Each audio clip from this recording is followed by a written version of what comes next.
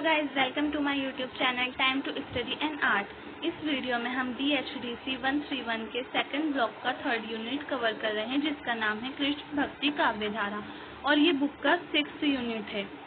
इस वीडियो में हम हिंदी कृष्ण भक्ति काव्य से संबंधित प्रमुख संप्रदाय इस टॉपिक पर डिस्कशन करेंगे। तो चलिए शुरू करते हैं। हिंदी कृष्ण भक्ति काव्य के प्रमुख संप्रदायों का प्रचार और प्रसार ब्रजमंडल क्षेत्र में व्यापकता से पाया जाता है। इस संदर्भ में संप्रदाय से अर्थ है विशिष्ट दार्शनिक विचारधारा का प्रतिपादन करने वाला सिद्धांत, मत या समूह। मतलब जो कृष्ण भक्ति से संबंधित संप्रदाय हैं, उनका प्रचार और प्रसार ब्रजमंडल में होता था। ब्रजमंडल एक क्षेत्र है, तो वहाँ पर इसका प्रचार प्रसार होता था। संप्रदाय जो है, इसका अर्थ है किसी खास दार्शनिक विचारधारा का समूह या फिर मत, उसको मानने वाले किसी खास दार्शनिक विचारधारा को मानने वाले लोगों का समूह, या फिर उस मत को मानने वाले लोगों का समूह या फिर सिद्धांत, तो उसको संप्रदाय कहते हैं। संप्रदाय का अर्थ यहाँ वह नहीं है जो वस्तुतः आज प्रचलित है और जो संकुचित सांप्रदायिकता का सूचक है। मतलब संप्रदाय का अर्थ वो नहीं है जो आज सांप्रदायिकता से संबंधित है। संप्रदाय का अर्थ यहाँ पे अलग है। दार्शनिक विचारधारा वाले जो लोग होते थे, किसी खास दार्शनिक विचारधारा वाले लोग, उनके समूह को संप्रदाय कहते थे पहले कृष्ण भक्ति के टाइम पे, भक्ति आंदोलन के समय में। भक्ति काल में संप्रदाय का अर्थ है विशिष्ट चिंतन परंपरा को विकसित और पोषित करने वाली एक विशेष पद्धति। मतलब चिंतन परंपरा, यानी कि किसी भी काव्य की, कृष्ण भक्ति काव्य है, उसकी जो चिंतन परंपरा है उसको विकसित करना और उसको बढ़ाना, उसका प्रचार प्रसार करने वाली जो एक विशेष पद्धति थी, उसे संप्रदाय कहा जाता था भक्ति काल में। कृष्ण भक्ति संप्रदाय बहुत सारे इस काल में कृष्ण भक्ति से संबंधित बहुत सारे संप्रदाय देखने को मिलते हैं। इस दृष्टि से कृष्ण भक्ति काव्य को समझने के लिए उसके प्रमुख संप्रदाय की नीचे चर्चा की गई है। मतलब कृष्ण भक्ति संप्रदाय समझ में आ जाए लोगों को, कृष्ण काव्य को समझाने के लिए कई सारे संप्रदाय बनाए गए थे लोगों को समझाने के लिए कृष्ण काव्य। तो उसमें फर्स्ट पर आता है वल्लभ संप्रदाय। ये संप्रदाय वल्लभाचार्य द्वारा 15वीं-16वीं शती में स्थापित किया गया था। इसकी भक्ति का नाम पुष्टि मार्ग है। मतलब ये पुष्टि मार्ग से संबंधित संप्रदाय था और ये वल्लभाचार्य ने इसकी स्थापना की थी, तो इसलिए इनके नाम पर इसका नाम रखा गया है वल्लभ संप्रदाय। इसे कृष्ण के प्रेम पर आधारित माना जाता है। इस मत का दार्शनिक सिद्धांत शुद्धाद्वैत कहलाता है। वल्लभाचार्य के 4 शिष्य और विट्ठलनाथ के 4 शिष्यों को सम्मिलित करके अष्टछाप की स्थापना की गई। मतलब वल्लभाचार्य जो थे, उनके 4 शिष्यों को मिलाकर और विट्ठलनाथ, इनके 4 शिष्यों को मिलाकर अष्टछाप की स्थापना हुई। और ये जो वल्लभ संप्रदाय है, इसका जो सिद्धांत है वो है शुद्धाद्वैत सिद्धांत पर आधारित है ये, और इसमें कृष्ण के प्रेम से संबंधित पद, रचनाएं वगैरह ये सब देखने को मिलते हैं। अष्टछाप के इन कवियों ने इस संप्रदाय की विचारधारा के प्रसार में विशेष सहायता की। मतलब वल्लभ संप्रदाय की जो प्रचार प्रसार हुआ, तो उसमें अष्टछाप के कवियों ने बहुत सहायता की। अष्टछाप के कवि में ये आते हैं कुंभनदास, सूरदास, कृष्णदास, प्रमानंदास, गोविंददास, क्षीप स्वामीदास, नंददास और चतुर्भुजदास। ये कवि हैं जो अष्टछाप में आते हैं। मतलब ये 8 कवि हैं जो अष्टछाप के कवि हैं। तो इन्होंने वल्लभ संप्रदाय का प्रचार प्रसार को, वल्लभ संप्रदाय को लोगों तक पहुंचाने में बहुत ज़्यादा सहायता की है। इस संप्रदाय के इष्ट देव श्रीनाथ जी हैं। मतलब इस संप्रदाय के जो सबसे पहले इष्ट देव हैं वो श्रीनाथ हैं। ये लोग श्रीनाथ को मानते हैं। ये 8 भक्त कवि सखा भाव से कृष्ण की प्रेम भक्ति में अनुरक्त रहे। मतलब ये जो 8 कवि हैं, ये कृष्ण की भक्ति सखा भाव की भक्ति से करते हैं, सखा भाव से करते हैं। विशेष बात ये है कि 8 कवि विभिन्न जातियों और वर्गों से आए थे और संगीत तथा कलाओं पर इनका साधारण अधिकार था। मतलब ये सारे कवि अलग अलग जातियों से आए थे, इनके अलग अलग वर्ग से अलग अलग जाति थी, लेकिन सभी संगीत और कला में अच्छे थे। सभी को संगीत के बारे में पता था और सभी को अलग अलग कलाओं के बारे में पता था। सबका असाधारण अधिकार था। मतलब कि सब लोगों का संगीत पर अधिकार था।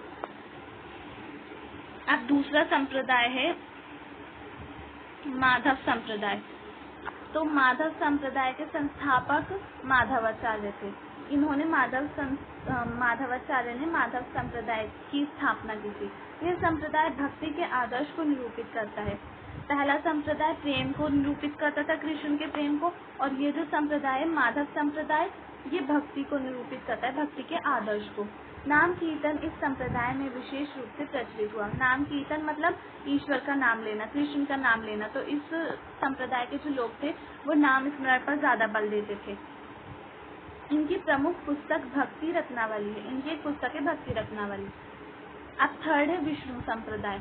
विष्णु स्वामी ने संप्रदाय की स्थापना की और बिल्व मंगल सन्यासी ने कृष्ण कर्णामृत नामक कविता में राधा कृष्ण का यश गायन कर इस मत का विशेष प्रचार किया।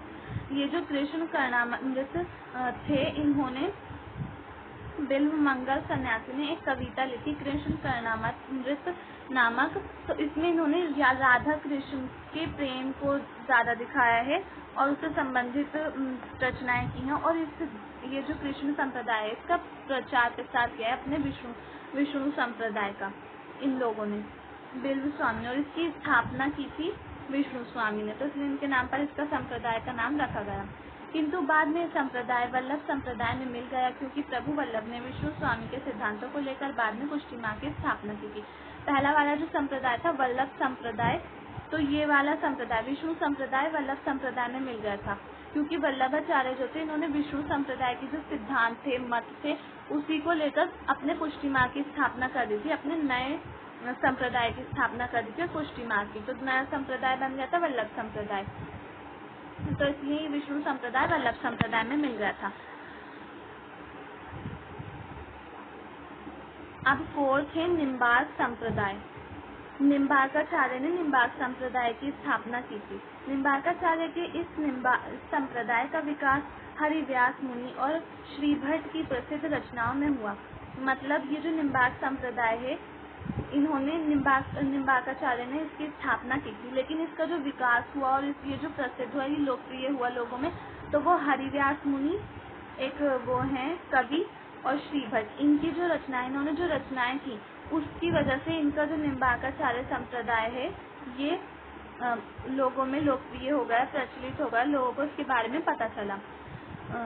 इन्होंने श्री कृष्ण के संकीर्तन को विशेष स्थान दिया। इन्होंने भी उनके नाम स्मरण को, श्री कृष्ण के नाम स्मरण को, संकीर्तन को विशेष स्थान दिया, मतलब इन्होंने भी इसी पर ज्यादा बल दिया। इस संप्रदाय की ये मान्यता है कि देने भाव से कृष्ण की कृपा प्राप्त होती है और प्रेम मूलक भक्ति से जीव का कल्याण होता है। मतलब ये प्रेम को वो मानते हैं, प्रेम को ज्यादा मानते हैं। इनका मानना है कि प्रेम भक्ति से ही जो जीव है उसका कल्याण होता है, उसका उद्धार होता है। और दैन्य भाव की भक्ति मतलब ईश्वर को, कृष्ण को स्वामी मानकर, स्वयं को सखा मानकर, स्वयं को उसका दास मानकर और दैन्य भाव से की गई भक्ति ऐसी प्रकार की जो भक्ति होती है उससे कृष्ण की कृपा प्राप्त होती है। कृष्ण अपने भक्तों पर कृपा करते हैं। भक्तों पर अनुग्रह के लिए ही कृष्ण अवतार धारण करते हैं।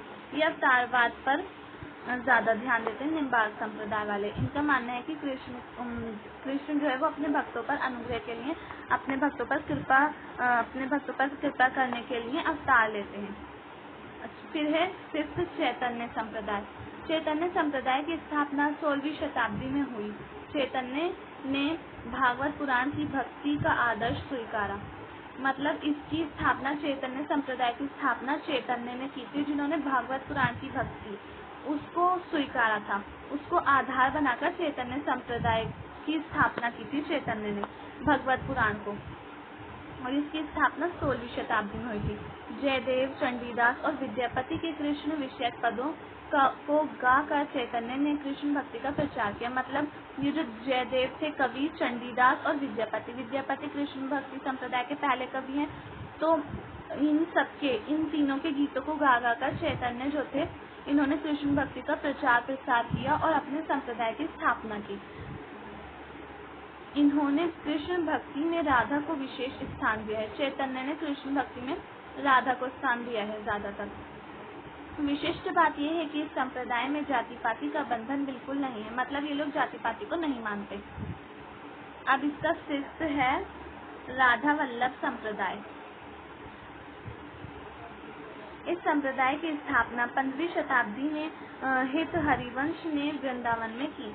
मतलब ये जो राधा वल्लभ संप्रदाय है इसकी स्थापना हरित हरिवंश ने की थी और वो भी वृंदावन में की थी। माधव और निम्बार्क संप्रदाय से इस संप्रदाय को विशेष आधार मिला और इसी आधार से हित हरिवंश ने राधा सुधा निधि की रचना की। राधा सुधा निधि एक काव्य ग्रंथ है, इसकी रचना की थी हित हरिवंश ने। और इन्होंने निम्बार्क और माधव संप्रदाय जो था इसको आधार बनाया था। इसकी जो अच्छी अच्छी बातें थी, इसके जो ज्यादातर रचनाएं थी, तो उन्होंने उसको लेकर अपने संप्रदाय की स्थापना की थी हित हरिवंश ने। राधा वल्लभ संप्रदाय, इस संप्रदाय की स्थापना की थी उन्होंने। इस संप्रदाय की विशेषता ये है कि इस संप्रदाय में श्री कृष्ण नहीं राधा प्रमुख है। मतलब इनके संप्रदाय में, राधा वल्लभ संप्रदाय में श्री कृष्ण को इतना महत्व नहीं दिया गया है, बल्कि राधा को दिया गया है। राधा इसमें प्रमुख है, खास स्थान है राधा का इसमें। राधा यहाँ परम प्रकृति है और कृष्ण उस पर आश्रित पुरुष है। कृष्ण राधा के साथ एकाकार होकर गोप गोपियों के साथ लीलारत होते हैं। मतलब राधा परम प्रकृति, मतलब राधा को ईश्वर का रूप माना गया है और कृष्ण को उनके भक्त का रूप दिया गया है इस संप्रदाय में।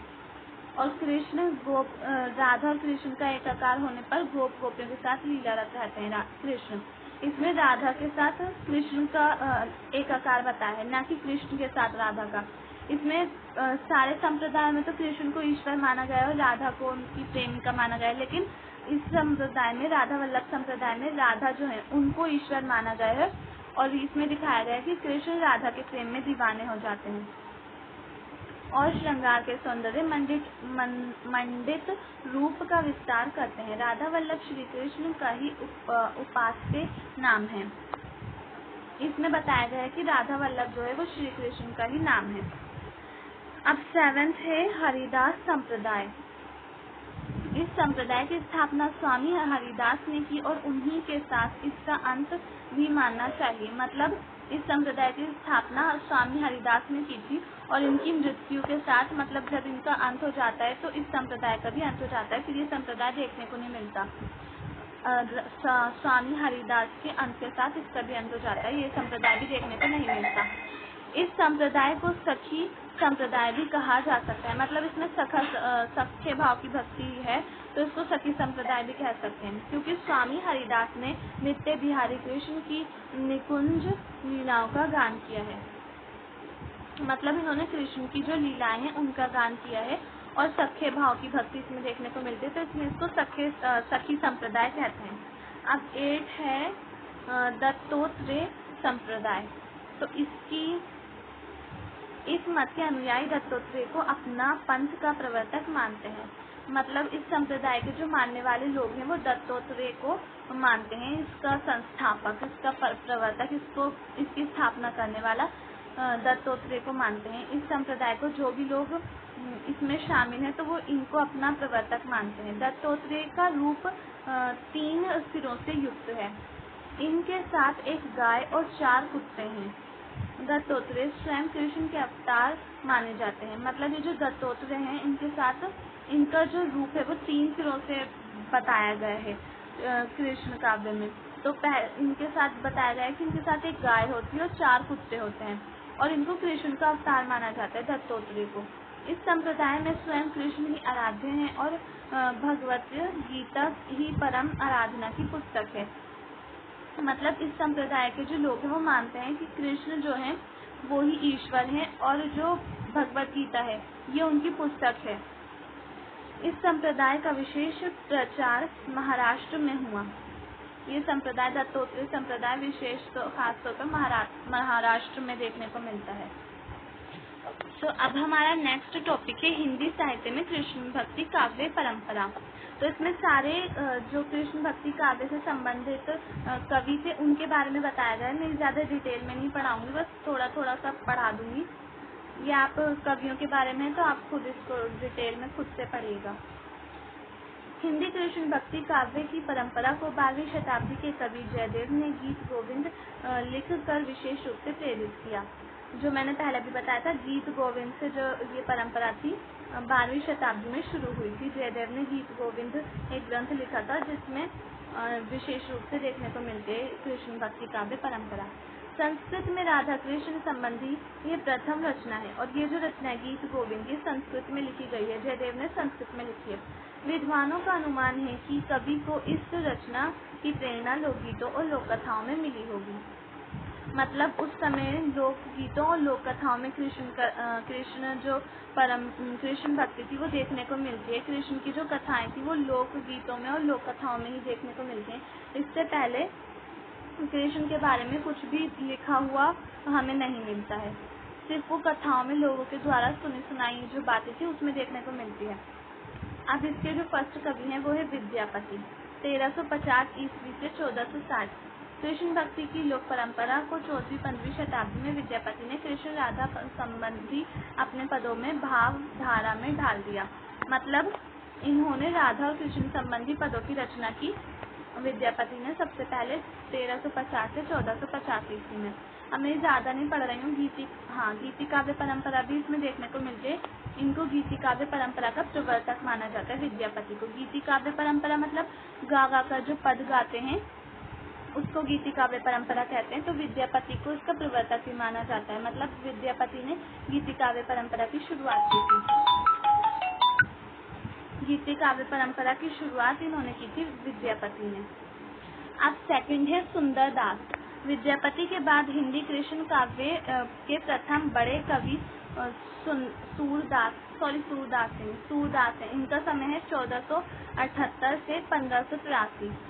तो सूरदास बड़े कवि हैं और इन्होंने भी गीति काव्य परंपरा को आगे बढ़ाया और ये वल्लभ संप्रदाय से संबंधित थे। पुष्टिमार के कवि भी थे और वल्लभ संप्रदाय से भी संबंधित थे। अष्टछाप के कवियों में भी सूरदास आते हैं ये। तो मैं अभी इनके बारे में ज़्यादा डिटेल से नहीं पढ़ रही हूँ, आप लोग खुद देख लीजिएगा। फिर थर्ड कवि हैं सूरदास में 3 इनके ग्रंथ देखने को मिलते हैं, सूरसारावली, सूरसागर और सूर साहित्य लहरी।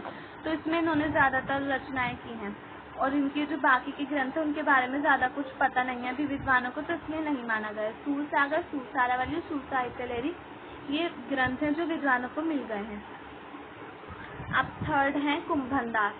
तो इनका समय है 1478 से 1583।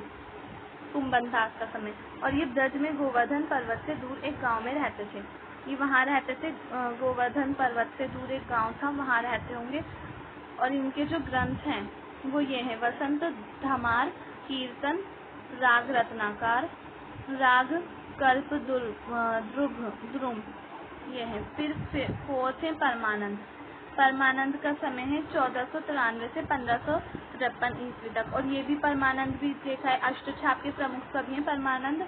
इनका जन्म कन्नौज में हुआ था और ये वल्लभ संप्रदाय में दीक्षित हुए थे। मतलब वल्लभ संप्रदाय से इन्होंने शिक्षा प्राप्त की थी। अष्टछाप के कवि हैं तो वल्लभ संप्रदाय से शिक्षा प्राप्त की होगी इन्होंने और कन्नौज में इनका जन्म हुआ था। और इनका जो ग्रंथ है परमानंद सागर नाम है उसका। फिर कृष्णदास हैं। कृष्णदास अधिकारी के नाम से प्रसिद्ध है और ये इनको कृष्णदास अधिकारी के नाम से प्रसिद्ध हैं। ये दलित थे कृष्णदास। अब इसके बाद आते हैं नंददास भी अष्टछाप के कवि हैं और कृष्णदास भी अष्टछाप के कवि थे। नंददास का समय 1533 से 1586 ईस्वी तक माना जाता है और नंददास भी अष्टछाप के कवि हैं। इनकी जो रचनाएं हैं वो रसमंजरी, रूपमंजरी, श्याम सगाई ये सब हैं इनकी रचनाएं। फिर गोविंद स्वामी आते हैं जिनका समय है 1505 से 1585 ईस्वी तक और इनकी रचनाएं गोविंद स्वामी के पद, बस इनकी रचनाएं ये है, इनके पद हैं। फिर क्षीर स्वामी। तो क्षीर स्वामी का समय है 1500 से 1585 तक और इन्होंने एक कीर्तन के लिए 200 पदों की रचना की है और ये भी पुष्टि मार्ग के कवि हैं क्षीर स्वामी। फिर चतुर्भुजदास, ये भी अष्टछाप के और पुष्टि मार्ग के कवि हैं। 1540 से 1585 ईस्वी तक इनका समय है और इनकी जो रचना है वो है चतुर्भुज कीर्तन संग्रह इस नाम से। फिर श्री भट्ट हैं। श्री भट्ट कृष्ण की ललित लीलाओं का वर्णन करने वाले मधुर भाव के कवि हैं। मतलब ये मधुर भाव के कवि हैं और इनकी जो रचना है वो है युगल शतक। फिर आती है 1504 से 1558 तक मीराबाई। मीराबाई पता है सबको, राजस्थान की एक राजकुमारी थी। उनका विवाह हुआ था राजा भोज से हुआ था उनका विवाह 1516 में। और फिर राजा भोज की मृत्यु के बाद ये कृष्ण संप्रदाय से जुड़ गई थी, कृष्ण भक्ति करने लगी थी। कृष्ण की मूर्ति के आगे नाच नाच कर ये गीत गाती थी। गीति और इनकी जो परंपरा, इन्होंने गीति काव्य परंपरा शुरू की थी। इन्होंने गीत गाए थे तो वही इनकी वो बन गई थी। इन्होंने लोक राज को त्याग दिया था और जो उस समय नारियों के साथ भेदभाव होता था उसका भी विरोध किया था अपने पदों के द्वारा। तो मीराबाई तो बहुत सेकंड नंबर पे ही आती है कृष्ण संप्रदाय में। सूरदास के बाद मीराबाई का नाम आता है। फिर रस खान है। रस खान का जन्म, शिक्षा, रिश्ता, निधन आदि का प्रमाणिक साक्ष्य उपलब्ध नहीं। मतलब इनके बारे में कुछ पता नहीं कि इनका जन्म कहाँ हुआ, शिक्षा इन्होंने कहाँ प्राप्त की और इनकी मृत्यु कब हुई, ये सब नहीं पता है। इनकी जो रचना है वो है प्रेम वाटिका। तो गाइज आज की वीडियो में सिर्फ इतना ही। अगर आपको मेरी वीडियो पसंद आई हो तो कमेंट्स करके ज़रूर बताएं और प्लीज़ मेरी वीडियो को लाइक करें, शेयर करें एंड चैनल को सब्सक्राइब करना ना भूलें।